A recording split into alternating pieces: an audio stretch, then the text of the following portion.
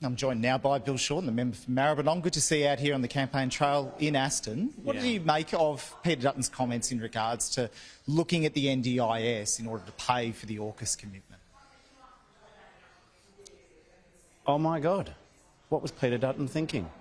The Defence Minister and the Prime Minister have made clear that the defence expenditure in the next 4 years on subs will be funded out of reprioritisation in defence. Hands off the NDIS, Peter Dutton.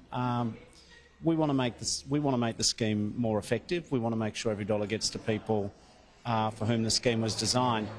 But I don't know what planet Mr Dutton lives on where he says that we've got to move money from people in wheelchairs with white canes to fund defence projects. That's just absurd. Shows that he doesn't understand NDIS. And if this is a good chance for people to send him a message. Hands off the NDIS.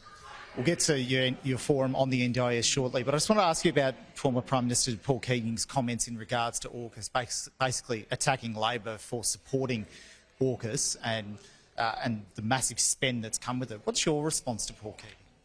He's entitled to have his point of view, and one thing he does is he leaves you in no doubt what he thinks.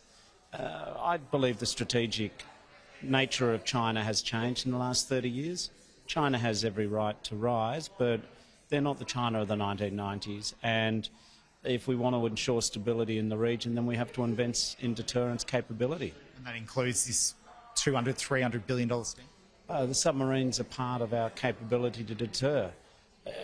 You wish it wasn't necessary, but the strategic nature of 2023 is different to 1993, and that's what people around the world are saying. Just briefly, what's brought you out here to Aston today, and do you think Labor's got a chance of winning this thing? Listen, a government's only won a seat from an opposition in a by-election once, and it's once in 100 years. So it's a steep climb, but Mary's a really excellent candidate. And Peter Dutton, I understand, was on radio this morning saying he knows people who live in Melbourne. He's got some friends in Melbourne. That doesn't airbrush the cuts he made to Medicare when he was the health minister. It doesn't airbrush the way we got treated during COVID by the feds. And I get very worried that Mr Dutton doesn't understand the NDIS. He doesn't understand that we want to make the NDIS the best scheme it should be, but it shouldn't be used as a piggy bank for Peter Dutton to subsidise submarines. And that's certainly not our intent. Mr Shorten, appreciate your time. Lovely to be here. Thank you. Bill Shorten there, the member for Maribyrnong, out here in Aston. Andrew?